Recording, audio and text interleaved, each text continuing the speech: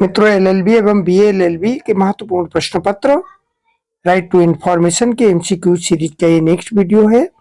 आइएगा, देखिए, सारे क्वेश्चन बहुत महत्वपूर्ण हैं, तैयार करिएगा। क्वेश्चन नंबर 40 देखेंगे। किस मामले में केंद्रीय सूचना आयोग ने स्पष्ट किया कि एक से अधिक सूचना प्राप्त करने के लिए संबंधित जन सूचना अधिकारी के पास अलग अलग आवेदन पत्र दायर करने होंगे? क्वेश्चन बड़ा महत्वपूर्ण है। इसका सही उत्तर है एस राणावत के मामले में। केवल सही ऑप्शन आपको बताएंगे, 2-3 बार सुन करके कंफर्म कर लीजिएगा। Next question, question number 41। आवेदन पत्र के साथ दिया जाने वाला शुल्क निर्धारित किया जाता है। किसके द्वारा निर्धारित किया जाता है? राज्य सरकार के द्वारा ये शुल्क निर्धारित किया जाता है। चैनल पर नए आए हो तो चैनल को सब्सक्राइब कर लीजिएगा। क्या अधिनियम के अंतर्गत ऐसा कोई प्रावधान है जिसके द्वारा आवेदक को सूचना प्राप्त करने के उद्देश्य या कारण बताने के लिए बाध्य किया गया? ऐसा कोई प्रावधान नहीं है, तो ए नंबर हमारा सही उत्तर है। Next question, question number 43। निम्नलिखित में से किस वाद के अंतर्गत धारा 6 में प्रदत्त प्रावधानों का विस्तृत विवेचन किया गया? इसका जो सही उत्तर है वो है नंबर सी, केतन कांतिलाल मोदी बनाम उत्पाद शुल्क एवं सीमा शुल्क केंद्रीय बोर्ड। इस बात के अंतर्गत धारा 6 में प्रदत्त प्रावधानों का विस्तृत विवेचन किया गया है। Next question, question number 44। निम्नलिखित में से कौन सा वाद प्रार्थना पत्र के स्थानांतरण से संबंधित है? प्रार्थना पत्र के स्थानांतरण से संबंधित वाद है आपका अरविंद केजरीवाल बनाम डीओपीटी भारत सरकार। जैसा कि अभी मामला चल रहा है दिल्ली में, तो अरविंद केजरीवाल के खिलाफ। Next question, question number 45। सूचना के अधिकार अधिनियम के अंतर्गत अनुरोध का निपटारा किस धारा के अंतर्गत किया जाता है? तो अनुरोध का जो निपटारा है वो धारा 7 के अंतर्गत किया जाता है। नेक्स्ट क्वेश्चन है क्वेश्चन नंबर 46। प्रार्थना पत्र का निपटारा, जो प्रार्थना पत्र होता है, एप्लीकेशन होता है, इसका निपटारा उनकी प्राप्ति की तिथि के कितने दिनों के भीतर किया जाएगा? तो ये निपटारा होता है 30 दिन के अंदर। अगला प्रश्न है 47 नंबर। यदि सूचना किसी व्यक्ति के जीवन या स्वतंत्रता से संबंधित है तो ऐसी सूचना कितने घंटे की अवधि के भीतर प्रदान किया जाना आवश्यक है? ये 48 घंटे के अंदर प्रदान किया जाना आवश्यक है। अगला प्रश्न देखेंगे, प्रश्न नंबर 48। यदि निर्धारित समयावधि के भीतर अधिकारी द्वारा सूचना प्रदान करने के संबंध में निर्णय नहीं लिया जाता है तो ये समझा जाएगा कि उसके अनुरोध को नामंजूर कर दिया गया है। बहुत इंपॉर्टेंट प्रश्न है। प्रश्न नंबर 49 देखिएगा। अतिरिक्त सूचना शुल्क का प्रावधान किस धारा से संबंधित है? तो अतिरिक्त शुल्क का प्रावधान है धारा 7 भाग 3 के अंतर्गत। अगला प्रश्न, प्रश्न नंबर 50। सुबोध जैन बनाम डीसीपी पश्चिम नई दिल्ली का वाद किससे संबंधित है? तो ये बात संबंधित है अतिरिक्त सूचना शुल्क से। बी नंबर हमारा सही उत्तर है। प्रश्न नंबर 51। निम्नलिखित में से कौन सी धारा असहाय व्यक्तियों को वांछित सहायता से संबंधित है? कौन सी धारा इससे संबंधित है? धारा 7 भाग 4, धारा 7 भाग 4 इससे संबंधित है। प्रश्न नंबर 52 देखेंगे।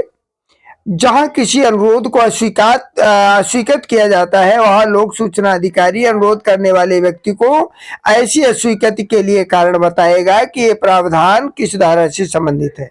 तो ये धारा से संबंधित है धारा 7 से संबंधित है और यही हमारा सही उत्तर है। अगला प्रश्न देखेंगे, question number 53। Kuldeep Singh northern railway का वाद किससे संबंधित है? वाद बहुत आते हैं। ये संबंधित है गुमशुदा फाइलों से। कुलदीप सिंह बनाम नॉर्दर्न रेलवे का वाद संबंधित है गुमशुदा फाइलों से। अगला प्रश्न है प्रश्न नंबर 54। यदि सूचना आयोग चाहे तो लोक प्राधिकरण को ऐसी गुमशुदा फाइलों से संबंधित तथ्यों एवं परिस्थितियों को स्पष्ट करते हुए शपथ पत्र दाखिल करने के आदेश भी दे सकता है। ये किस बात में स्पष्ट किया गया? ये स्पष्ट किया गया निर्मल के प्रभाकर बनाम वेस्टर्न रेलवे के बाद में। अगला प्रश्न है प्रश्न नंबर 55। आवेदन पत्र पर निर्धारित समयावधि में निर्णय न लिए जाने की स्थिति को स्पष्ट किया गया है। किसके माध्यम से? धारा 7 भाग 2 के अंतर्गत। ये सारे के सारे प्रश्न बहुत महत्वपूर्ण हैं। प्रश्न नंबर 56 देखेंगे, धारा 8 भाग 10 वहां के विवेचन के अनुसार कौन सी सूचना अधिनियम की परिधि से बाहर है? तो इसमें ये दोनों ही परिधि के बाहर हैं। सूचना जिसमें सार्वजनिक हित से संबंध ना हो, और नंबर बी जिसे प्रदान करने से निजी जीवन में आवश्यक हस्तक्षेप हो। तो ए और बी दोनों ही हमारा सही उत्तर है। प्रश्न नंबर 57 देखेंगे, GR रावल बनाम DG इनकम टैक्स का बाद किस धारा से संबंधित है? ये धारा 8 भाग 1 घात से संबंधित है, और नहीं, ये धारा 8 भाग 1 वहां से संबंधित है, और हमारा डी नंबर सही उत्तर है। प्रश्न नंबर 58 देखेंगे, भारतीय संविधान के किस अनुच्छेद के अंतर्गत वाक एवं अभिव्यक्ति की स्वतंत्रता का प्रावधान किया गया है? अनुच्छेद 19 के अंतर्गत भारतीय संविधान में वाक एवं अभिव्यक्ति की स्वतंत्रता का प्रावधान किया गया है। नेक्स्ट क्वेश्चन है, Indian Express newspaper private limited बनाम यूनियन ऑफ इंडिया का बाद भारतीय संविधान के किस अनुच्छेद से संबंधित है? तो ये अनुच्छेद 19 से संबंधित है। चैनल को सब्सक्राइब कर लीजिएगा, साथ ही प्लेलिस्ट में जाकर के प्रत्येक सेमेस्टर के लिए अलग अलग MCQ सीरीज की प्लेलिस्ट बनी हुई है। आप सारे के सारे MCQ सुन करके अपने आप को बड़ी आसानी से बैग से बचा सकते हैं और तैयारी भी बहुत अच्छी कर सकते हैं। क्वेश्चन नंबर 60 देखेंगे, अभिव्यक्ति की स्वतंत्रता का मुख्य उद्देश्य है। क्या उद्देश्य है?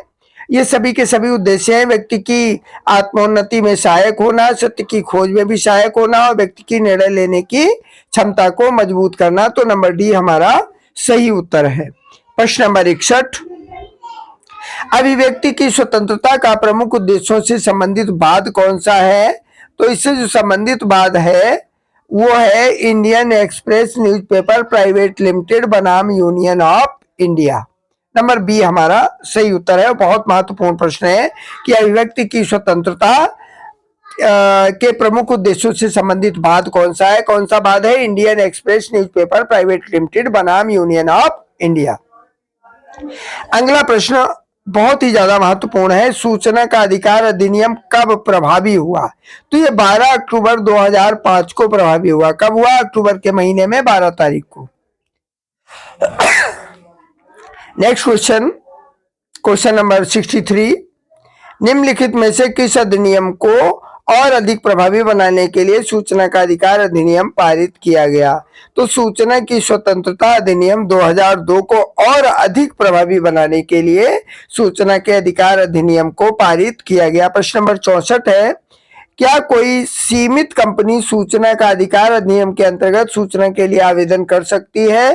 तो नहीं कर सकती। सीमित कंपनी सूचना के अधिकार अधिनियम के अंतर्गत आवेदन नहीं कर सकती।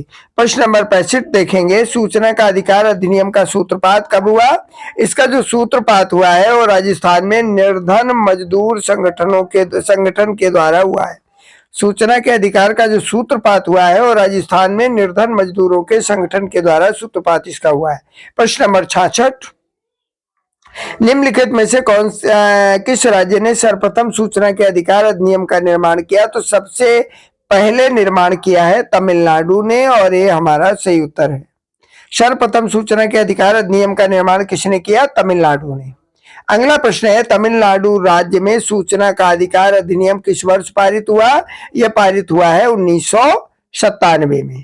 प्रश्न नंबर 68 है, सूचना का अधिकार अधिनियम की रचना करने वाला द्वितीय राज्य कौन सा है? तो द्वितीय राज्य है गोवा। सबसे पहले तो तमिलनाडु और सेकंड नंबर पे Goa. Next number 69 number, Delhi में सूचना का अधिकार अधिनियम कब प्रभावी हुआ? जो दिल्ली हमारा केंद्र शासित प्रदेश है, यहाँ ये अधिनियम कब प्रभावी हुआ? यह प्रभावी हुआ है अक्टूबर 2001 को। अगला प्रश्न, प्रश्न नंबर 70, क्या सूचना का अधिकार अधिनियम न्यायिक कार्यवाहियों में लागू होगा? तो यह न्यायिक कार्यवाहियों में लागू नहीं होगा। प्रश्न नंबर 71, सूचना का अधिकार अधिनियम के नाम एवं विस्तार के बारे में प्रावधान किस धारा के अंतर्गत है? तो यह धारा 1 के अंतर्गत है। सूचना का अधिकार अधिनियम के नाम एवं विस्तार के बारे में प्रावधान धारा 1 के अंतर्गत है। प्रश्न नंबर 72, प्रेस की स्वतंत्रता अधिनियम 1766 सूचना के अधिकार से संबंधित प्राचीन विधि मानी जाती है। किससे संबंधित है? ये स्वीडन से संबंधित है। प्रेस की स्वतंत्रता अधिनियम 1766 किससे संबंधित है? स्वीडन से। अगला प्रश्न है 73 नंबर, लोकतंत्र की रक्षार्थ सूचना का अधिकार अनिवार्य है। तो यह कथन पूर्णतः सत्य है। अगला प्रश्न है प्रश्न नंबर 74, सूचना की परिभाषा में क्या सम्मिलित नहीं है? तो सूचना के परिभाषा में सभी की सभी सम्मिलित नहीं है। संविदा भी, लॉग बुक भी और दस्तावेज भी, तो ये सभी के सभी सूचना की परिभाषा में सम्मिलित नहीं है। प्रश्न नंबर 75, संविधान के द्वारा उसके अधीन स्थापित या गठित अन्य प्राधिकरणों की दशा में यथास्थिति राष्ट्रपति या राज्यपाल सक्षम प्राधिकारी होगा, और ये कथन पूर्णतः सत्य है। चैनल को सब्सक्राइब कर लीजिएगा। साथ ही प्लेलिस्ट में जाकर के बहुत सारे लगभग प्रत्येक सब्जेक्ट और प्रत्येक सेमेस्टर के लिए एमसीक्यूज आपको मिल जाएंगे। बड़ी आसानी से देख करके और 2-3 बार सुन करके क्वेश्चंस को कंफर्म कर सकते हैं।